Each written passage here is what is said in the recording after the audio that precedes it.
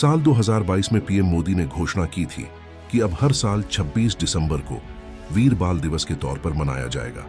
इसके साथ ही श्रद्धावान सिख नानक शाही कैलेंडर के अनुसार 20 दिसंबर से लेकर 27 दिसंबर तक बलिदानी सप्ताह के तौर पर भी मनाया जाता है। परंतु क्या आपको पता है कि वीर बाल दिवस और बलिदानी सप्ताह क्यों मनाया जाता है? बीजेपी को लगातार मिल रहे अपार जनसमर्थन के पीछे जो बड़े कारण है, उनमें से एक ऐतिहासिक भूलों में सुधार करना शामिल है। देश का एक बड़ा वर्ग मानता है कि स्वतंत्रता के बाद इतिहास लेखन में बड़ा छल हुआ है। उनका आरोप है कि बड़ी चालाकी से अत्याचारियों के प्रति गौरव का भाव पैदा किया गया, जबकि देश के लिए सर्वस्व न्योछावर करने वाले अनगिनत वीर सपूतों को गुमनामी के अंधेरे में धकेल दिया गया। ऐसा ही एक ऐतिहासिक अन्याय गुरु गोविंद सिंह जी के उन 4 बेटों के साथ हुआ था, जिनकी मुगलों ने क्रूरता से हत्या कर दी थी। यह जो सप्ताह चल रहा है 20 दिसंबर से लेकर 27 दिसंबर, इन 7 दिनों में गुरु गोविंद सिंह जी का पूरा परिवार देश और धर्म के लिए बलिदान हो गया। आज पूरा भारत क्रिसमस के जश्न में डूबा एक दूसरे को बधाइयां दे रहा है। एक जमाना था जब पंजाब में इस हफ्ते में सब लोग जमीन पर सोते थे, क्योंकि माता गुजरी ने वो रात दोनों छोटे साहिबजादों के साथ नवाब वजीर खां की गिरफ्त में सरहिंद के किले के ठंडे बुर्ज में गुजारी थी। यह सप्ताह सिख इतिहास में शोक का सप्ताह होता है, पर आज पंजाब समेत पूरा भारत जश्न में डूबा है। गुरु गोविंद सिंह जी की कुर्बानियों को इस एहसान फरामोश दुनिया ने भुला दिया है। जो कौमें अपना इतिहास, अपनी कुर्बानियां भूल जाती है, वो खुद इतिहास बन जाती है। आज हर बच्चे को इस जानकारी से अवगत कराओ, हिंद के सिख शहजादों की याद दिलाओ, धर्म की खातिर खुशी खुशी बलिदान और जंग में दुश्मनों को धूल चटाने वाले गुरु गोविंद सिंह जी के 4 साहिबजादों के बारे में बताओ।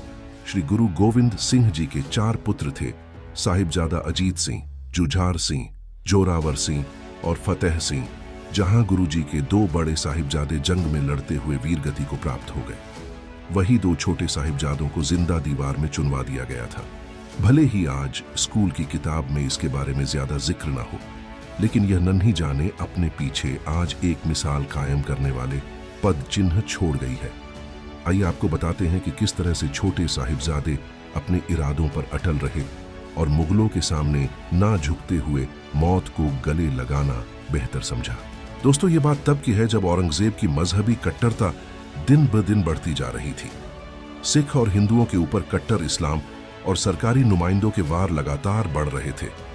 तब गुरु गोविंद सिंह जी ने देश और धर्म के हालात देखते हुए सिखों को एकजुट करके सन 1699 को बैसाखी के दिन खालसा पंथ की स्थापना की, जिसे देखकर औरंगजेब तिल मिला गया और कुछ पहाड़ी राजा भी गुरुजी की बढ़ती लोकप्रियता से जलने लगे और वो औरंगजेब के साथ मिल गए और गुरु गोविंद सिंह जी को पकड़ने के उद्देश्य से उन्होंने आनंदपुर साहिब के किले को चारों ओर से घेर लिया।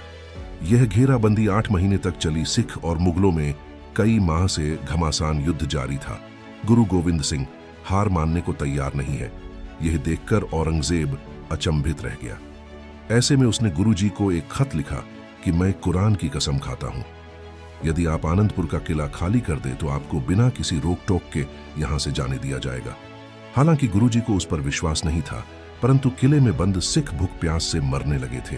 हालात को देखते हुए गुरु गोविंद सिंह जी ने 22 दिसंबर 1704 को किला छोड़ देना स्वीकार कर लिया और अपने सिखों को किरतपुर जाने का हुक्म दे दिया। जब गुरु गोविंद सिंह जी का काफिला किरतपुर में सरसा नदी के पास से निकला, तभी अचानक मुगलों की सेना ने कुरान की सारी कस्में भुलाकर पीछे से हमला कर दिया और एक बार फिर घमासान युद्ध हुआ और इस युद्ध में गुरुजी का पूरा परिवार अलग थलग हो गया। बड़े साहिबजादे युद्ध लड़ते लड़ते गुरुजी के साथ सरसा नदी पार करके चमकौर साहिब की घड़ी जा पहुंचे और छोटे साहिबजादे जंगल पार करके माता गुजरी के साथ सहेड़ी गांव में जा पहुंचे, जहां उनकी मुलाकात अपने लंगर के पुराने रसोइये गंगू से हुई और वो सबको अपने घर ले गया। लेकिन उसने माताजी के साथ विश्वासघात कर दिया। जब रात को माताजी और साहिबजादे सो रहे थे तो उसने दबे पांव आकर माताजी के गहने और पैसे की पोटली चुरा ली।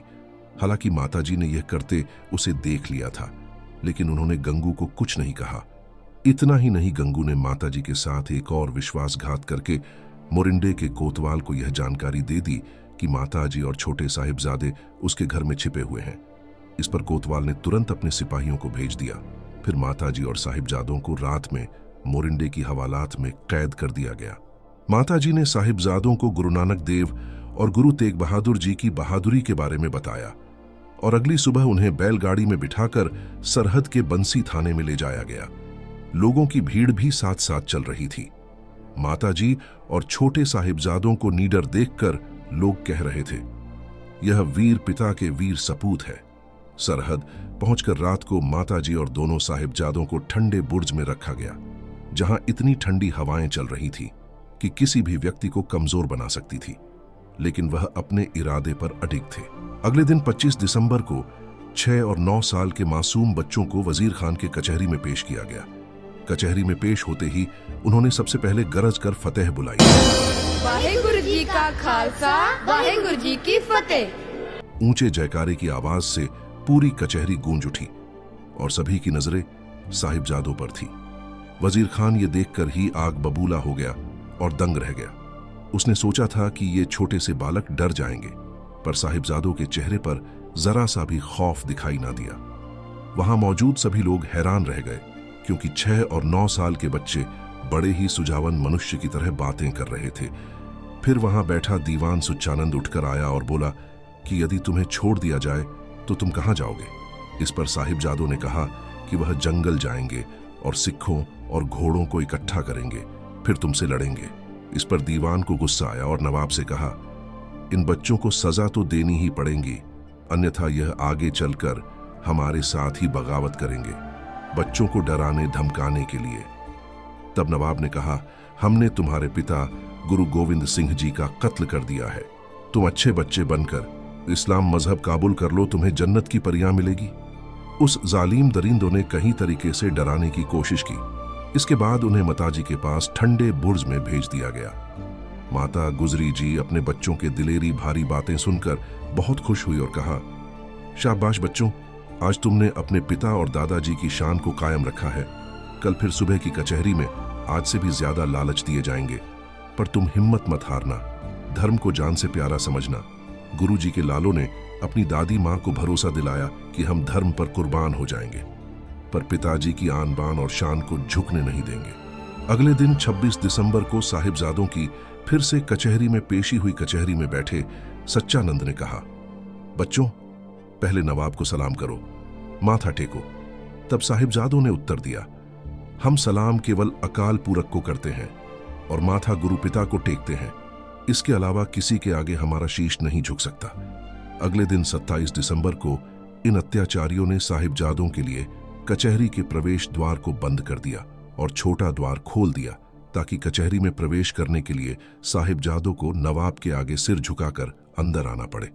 इस प्रकार वो साहिबजादों झुकना चाहते थे, लेकिन गुरु गोविंद सिंह जी के पुत्रों ने पहले अपने चरण अंदर किए, फिर अपना शीश अंदर लिया।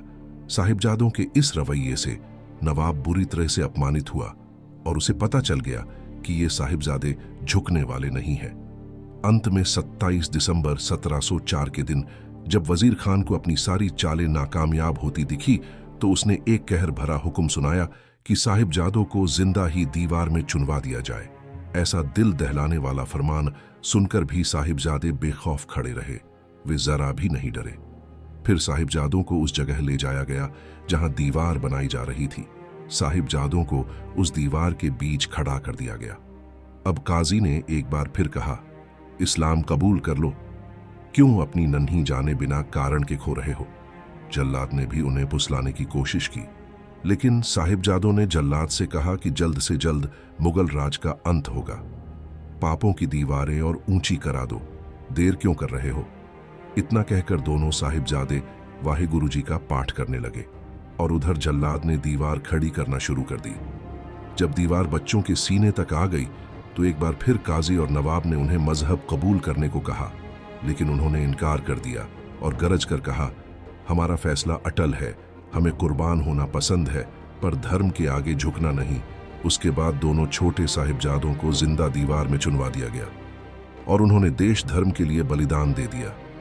माता गुजरी जी ने भी अपने प्राण त्याग दिए। दूसरी तरफ गुरु गोविंद सिंह जी के दोनों बड़े साहिबजादे भी मुगलों से युद्ध में लड़ते लड़ते वीर गति को प्राप्त हो गए। दोस्तों, ये थी गुरु गोविंद सिंह जी के साहिबजादों की वीर गाथा। आपको यह विश्लेषण कैसा लगा हमें कमेंट सेक्शन में जरूर बताइएगा और जानकारी से भरे ऐसे ही और वीडियोस देखने के लिए सब्सक्राइब करें हमारा चैनल सफरॉन भारत। धन्यवाद।